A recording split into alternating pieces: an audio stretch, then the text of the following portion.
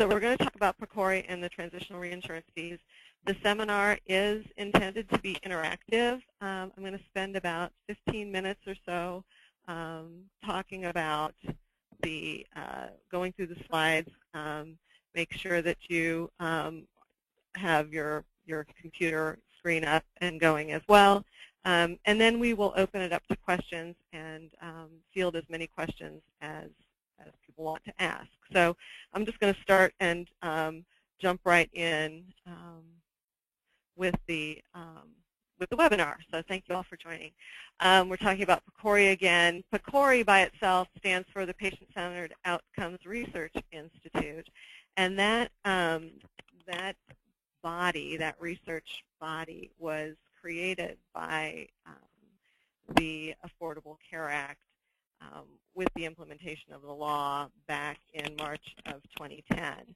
And its mission is to improve healthcare and delivery outcomes. Really what it's doing is attempting to research effective ways that patients can interact with their doctors and other providers. The Institute, because it was created during healthcare reform, and because healthcare reform was at least initially supposed to be budget neutral, the law created a mechanism to fund the Institute and its research so that that money wouldn't come out of the federal operating budget. And unfortunately, all of us as employers or also health insurers are the ones that are putting the money up for the trust fund. The fund dollars are to be used, again, for research per their website here, which is shown on the screen, seeking answers to questions that patients face about their healthcare, as well as doing some specific topic research. For instance, they are currently investing $17 million in research on the burden and care that is associated if you have diabetes.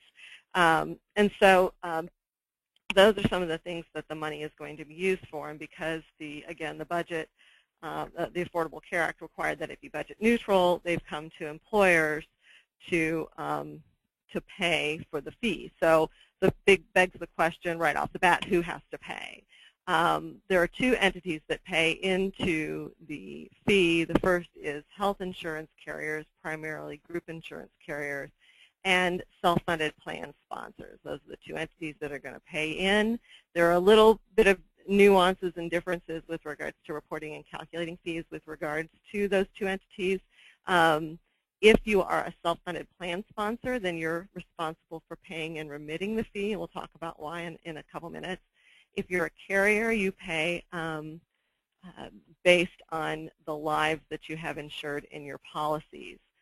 Only certain plans are subject to the fee, so you only have to calculate the fee based on participation in certain plans, primarily major medical group health plans, again, whether they're self-insured or fully insured, but also certain standalone plans. Standalone prescription drug plans are subject to the fee, as well as retiree medical plans, where retiree medical plans are accepted from some Affordable Care Act provisions. They are subject to the PCORI fee, so you have to make sure that you remember that if you have a retiree medical plan, as well as standalone HRAs. If you have a standalone HRA, meaning you have an HRA that's an association with a fully insured plan, so you have a fully insured medical plan and a standalone self-funded HRA, in that case, even though the participants are the same in both plans, both the fully insured policy and the standalone HRA, or may be the same,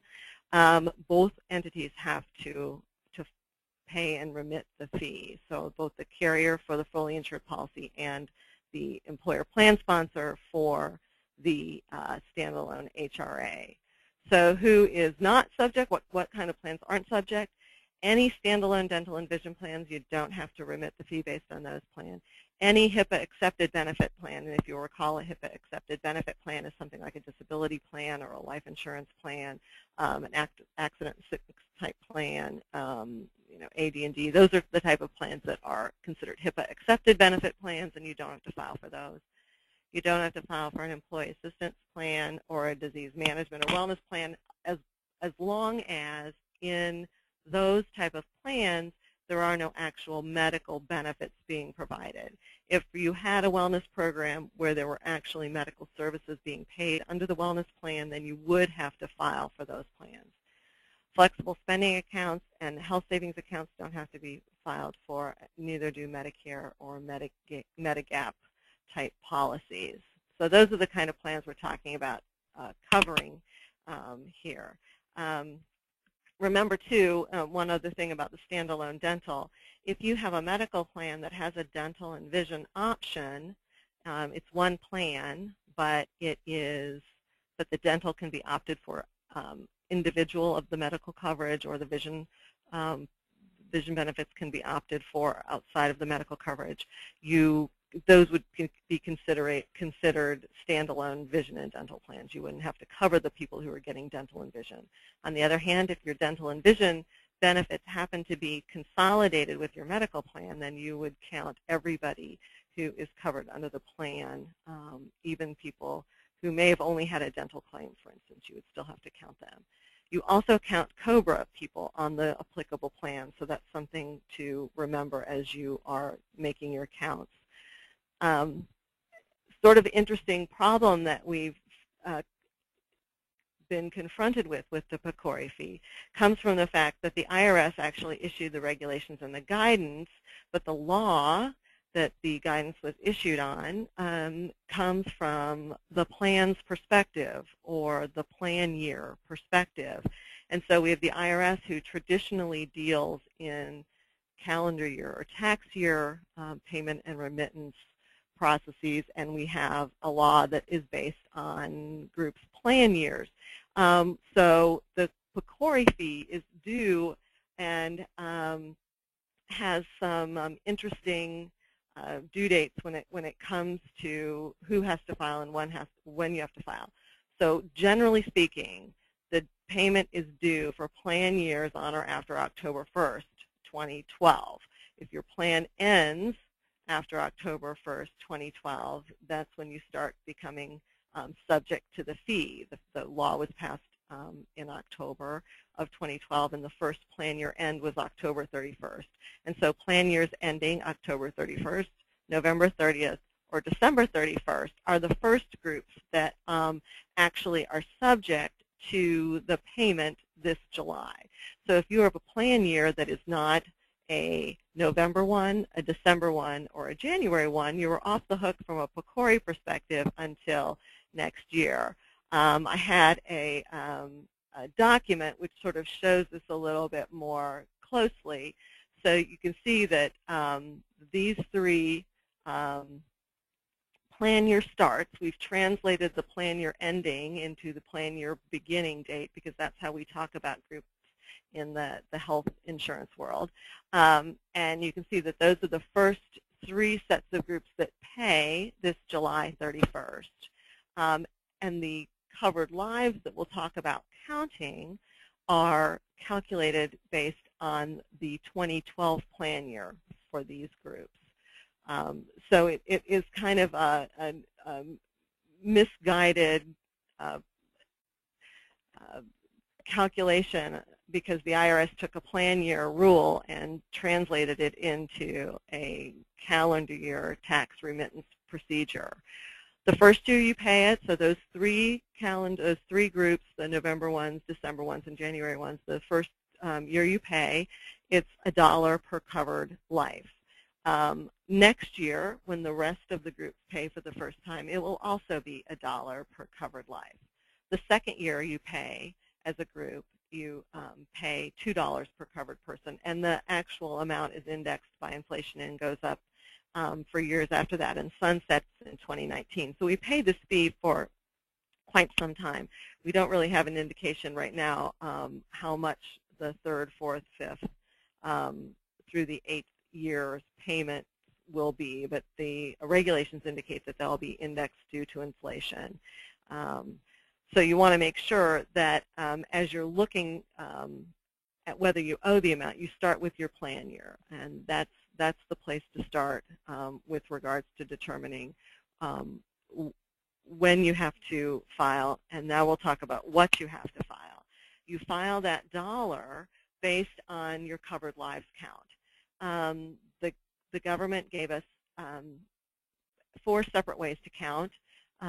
If you are fully insured, if you're a carrier filing, you can only choose one of these 2 methods, plus there is another method that's available based on an insurance carrier's NAIC supplement filing. That's a filing that has to be prepared and submitted every year.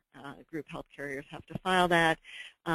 It counts up lives for other purposes, and the regulations would allow a carrier to file based on that method.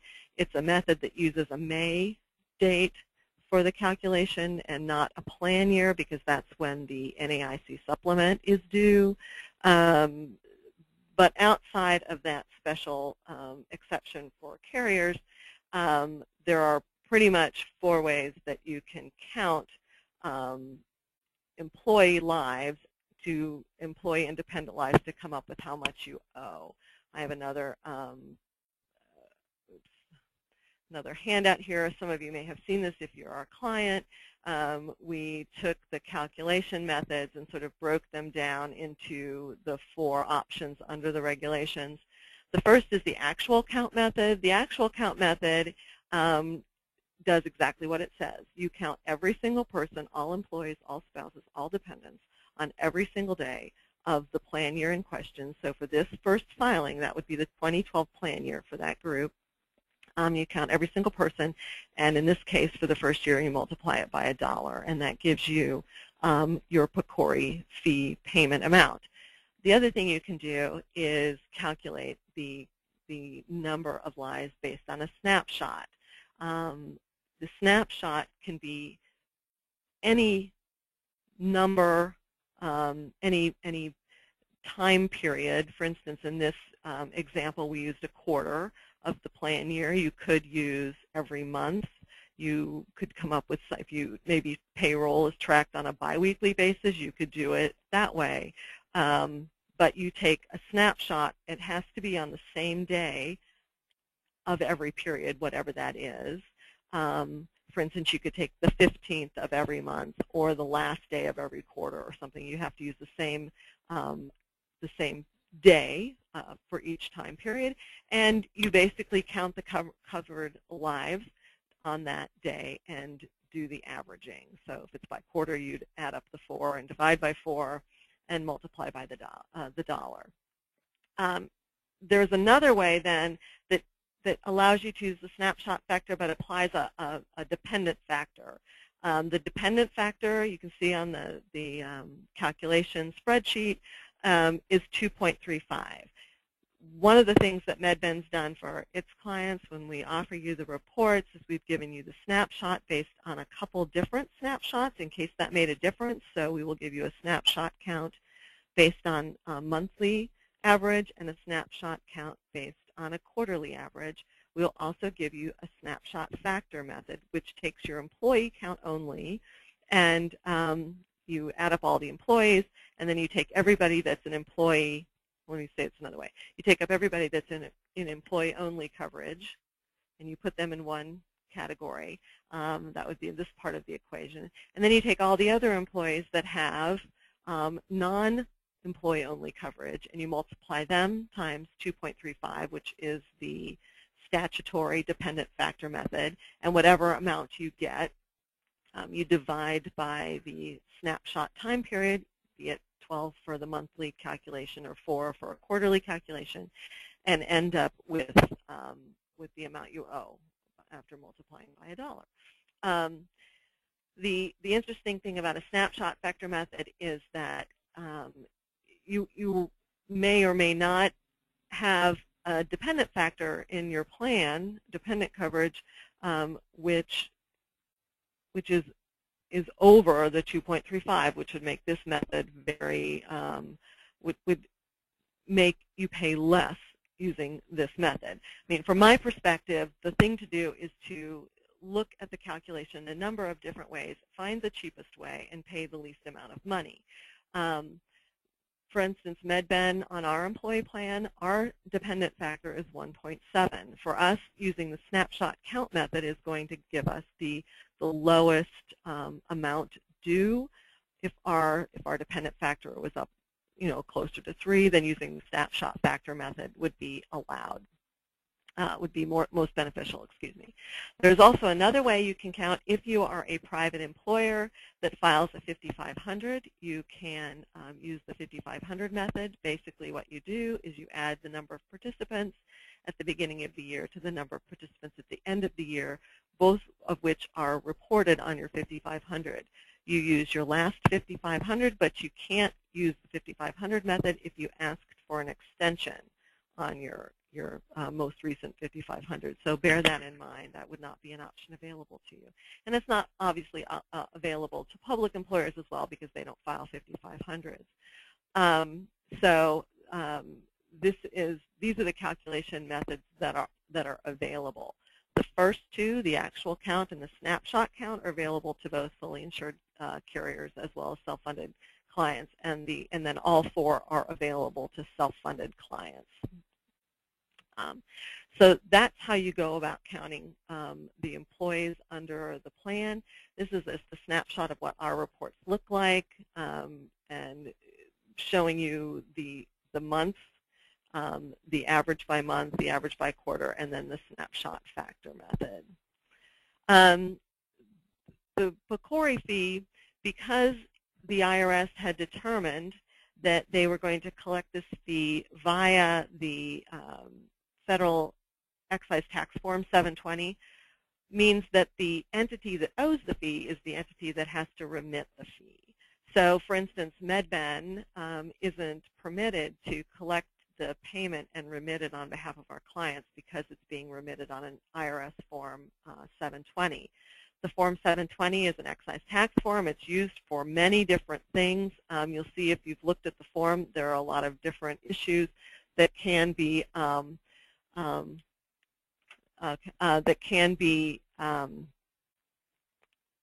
that are remitted through this form. Excuse me, I was just handed a note and I was reading that real quick. So the form itself is the 720. If you're a public employer and you've never filed a federal excise tax return, which would probably be the case, you still need to file it. No one is exempt simply because they haven't filed a federal tax return before or have never filed an excise tax form.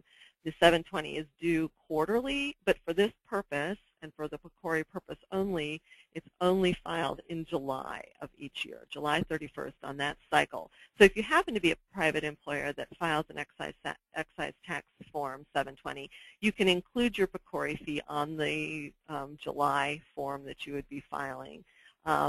This is page 2 of the form. You'll see on line 133, this is the patient-centered outcomes research fee that is due. The PCORI fee is due here.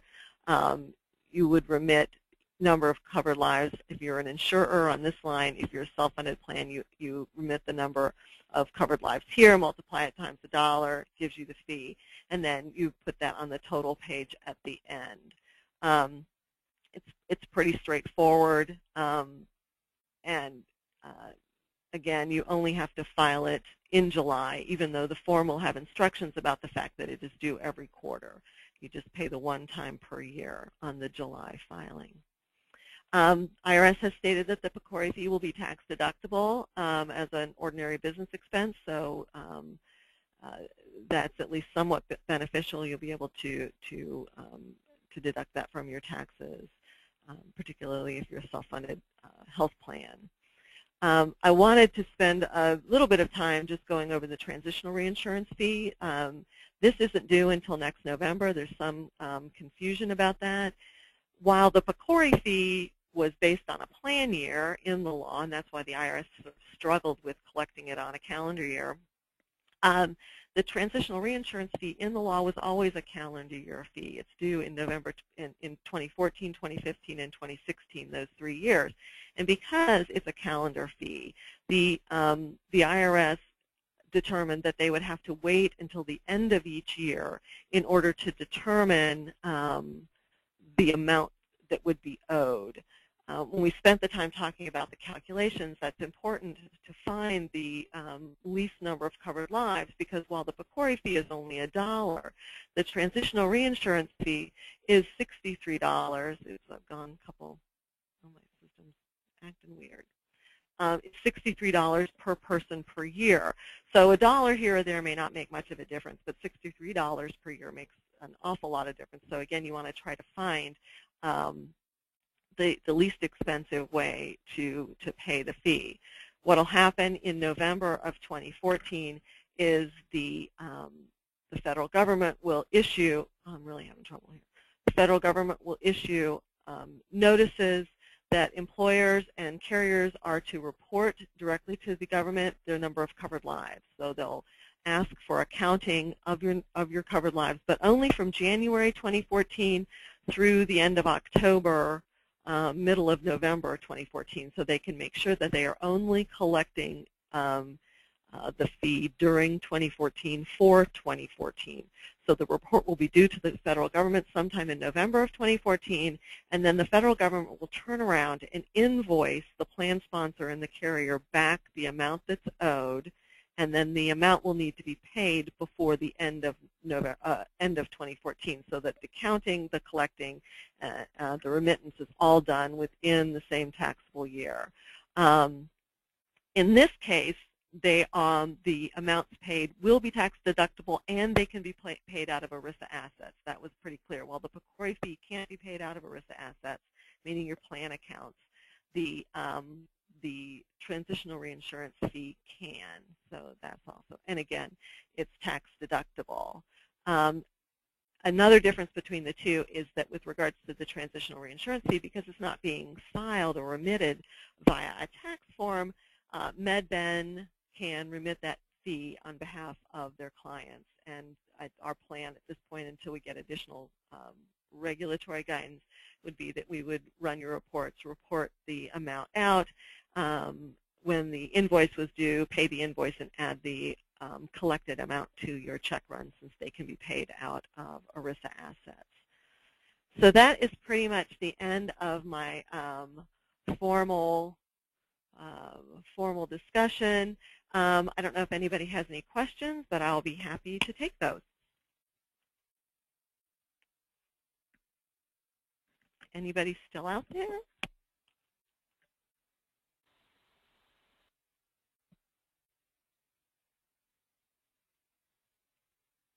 Okay, I see there's a couple questions that have been asked. I'm trying to, can't make that bigger.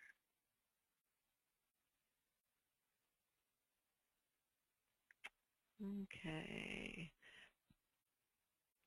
The question is, the instructions for Form 720 say for the first filing calendar year, plans can only use quarters after some dates in May. The some dates in May, if you look at that, those are instructions for fully insured carriers. The carriers are able to use the May dates and those quarters because of their NAIC supplemental filings, where self-funded plan sponsors will file based on the plan year. We've checked regulations and double-checked the instructions with regards to that, so we feel pretty certain about that. Another question, it appears that fully insured HRA plans are exempt from the transitional reinsurance fee, unlike the PCORI fee. I haven't seen that guidance yet. We only got very limited information about the transitional reinsurance fee and what is subject to it. The transitional reinsurance fee, just by way of information, is money that is going to be used to bolster the large claims that individual carriers will be seeing in 2014, because up until January 1, 2014, individual carriers, unlike group policies or group-sponsored health plans, didn't have to, they could rider out individuals. They didn't have to take all comers. There was no guarantee issue. They could have full pre-existing, meaning they just completely eliminated coverage for certain pre-existing conditions, and as opposed to in the group insurance world where you had a pre-existing condition sort of waiting period. Because the insurers will be taking so many more claimants and claims on, it was felt that there needed to be a reinsurance pool available to reimburse them for extraordinarily large claims, primarily to keep them in the exchange and not agree to stay in the exchanges and not pull out.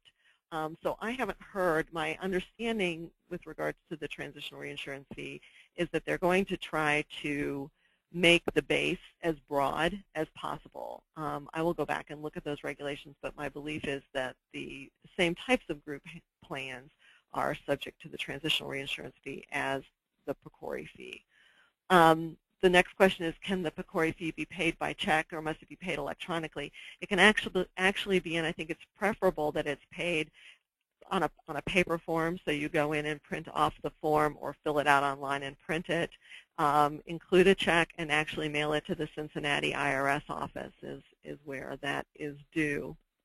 So yeah, you absolutely can pay by check. In fact, I think they're not accepting those forms electronically unless you are a private employer that generally completes the 720 for its intended purpose to pay certain excise taxes, and you have already set that up electronically, then you would be able to pay it electronically. Next question, how do I know if I am health insurance carrier or self-insured? If you're a health insurance carrier, you'll have a policy from a carrier and be paying premiums. If you're self-funded, you would be paying the claims out of your own pocket, out of your own checking account.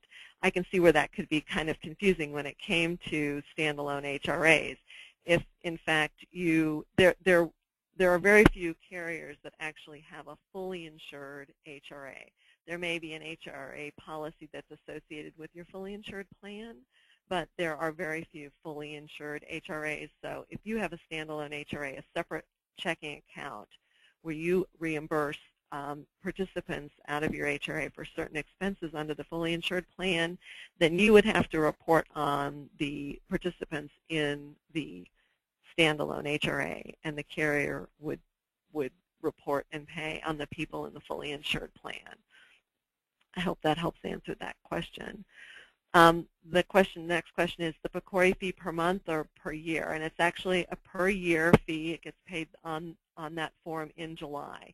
So again, November 1, self-funded groups, December 1, self-funded groups, January 1, self-funded groups will pay this July. All other plan year starts will start paying next July.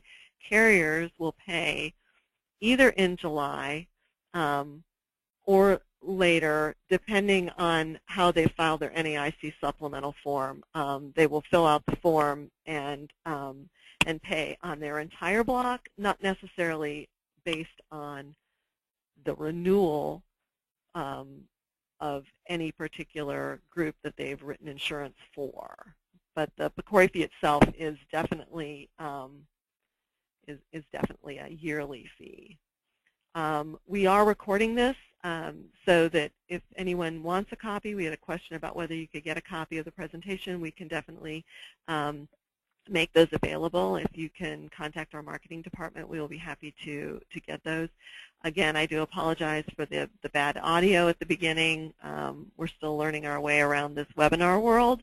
So we're hopeful that by next Thursday when we do our next topic, we'll be smoother and cleaner and there won't be audio issues. Another question was, when will the transitional reinsurance fee be billed to us from MedBen so we will know the amount? It is going to happen very quickly. We're going to have to report within a very short time period. As I understand it, the report isn't going to be able to be calculated and remitted until after November 1st of 2014. They're going to want a full 10-month counting period for the covered lives count. Then there'll be a short remittance period where we send the actual count filing to the federal government. I don't know who that goes to yet. We don't have that information. Once they get that report, then they will turn around and invoice MedBen. I can see, though, when we remit the amount, we can tell our groups what the amounts are going to be. Likewise, unless you have extraordinarily high turnover, we can run some mid-year reports to sort of understand where that count is going and how much sort of prospectively you might owe by group. But we won't have the actual invoice back from the federal government until the end of November, beginning of December, and the money will be due in December, by the end of December. Next question, who has to file 720 if the company is part of a control group? Interesting thing about this, it's actually not the employer that is responsible for filing. It is the plan sponsor if you are self-funded. If you're part of a control group and all of the control group is covered by a fully insured policy, then the carriers that are covering the employers in the control group, whether it's one carrier or multiple carriers, the carriers will file based on their policy counts. If the control group is self-funded and there are multiple employers in the control group, then you will look to the plan and determine who the plan sponsor is, who's the entity who is making the decisions for the plan sponsor, and you will file per the plan. I think if there are multiple employers who are in a control group all in one plan, and you have designated a plan administrator, then the plan administrator could file on behalf of the plan. But the accounts are by plan, not by employer. So that's what happens with regards to a control group. Next question, is this like federal taxes where we file where we file is one, or the 5,500 where each file their own? Again, that has to do with employer versus plan. So each plan files its own 5,500. In this case, each plan would file its own PCORI 720, IRS Form 720. If you're a plan sponsor and you sponsor multiple plans, there is some question about whether you have to file for each plan. The presumption would be that everyone, all of the employees aren't covered under all of the plans. So you would file either multiple 720s, one for each of your plan offerings, or you might be able to file as one employer for, as the plan administrator on behalf of all the covered lives, as long as you included all of the covered lives from all of the plans on the one filing. I think that it's, normally I'm a stickler for precision when it comes to things like that. I think that the Cincinnati office is going to be overwhelmed in July when they get all of these paper filings in, and as long as you can prove that you have paid the fee for every one of your covered lives on all of your plans, I think that you're in good shape. My suggestion with regards to the paper filing is, as always, file it, return receipt requested, so that you'll have a paper trail, and particularly a postal trail, to show that you filed the return and that it was filed timely, in case it gets lost in the large number of filings that will be made at that time. When will MedBen provide the PCORI employee count for their clients? We're already doing that. We sent out a notice to all of our groups 2 weeks ago, indicating that groups only need to contact their group service rep, and we'll get you those reports. So we have done the reports. They're ready to go and are available. One thing that was included in the regulation for this year only is that when the first people that were going to be counting their employees for the filing, the regulation did say the first year you didn't have to use one of the methods listed. You could use any reasonable alternative as long as you could support it and show the IRS that you covered, you were able to account for every single covered life. If one of our groups would prefer to do that, that's fine with us, but we do have the reports available for all of our groups that are affected for this first filing date. Next question, does a self-insured employer have to pay an additional PCORI fee on a standalone HRA plan? And the answer to that is yes. The interesting thing about HRAs in the group health plan world, under ERISA and the Public Health Services Act is that an HRA, unlike an HSA or an FSA, is actually a group health plan. And when the definitions were put into place, HRAs fell into the group health plan definition of plans that have to report a PCORI fee, report and pay a PCORI fee. So if you have a fully insured policy and then the employer has a self-funded standalone HRA that accompanies that, both the carrier and the employer or the plan sponsor on behalf of the standalone HRA have to remit and pay the PCORI fee. It's just an unfortunate definitional issue with regards to HRAs because they are considered group health plans under ERISA and the Public Health Services Act. Another question, MedBen split solution plans are still considered fully insured, correct? Yes. If you are a MedBen client who has one of our split solution plans, that's actually a fully insured product. It has a reimbursement component to it, which makes it sort of feel like self-funding, but it is in fact a fully insured arrangement, and MedBen will be filing on behalf of our split group, so you needn't worry about those. We will again have the presentation up, and that's the end of the questions that I have received so far. Does anybody else have any additional questions? Great.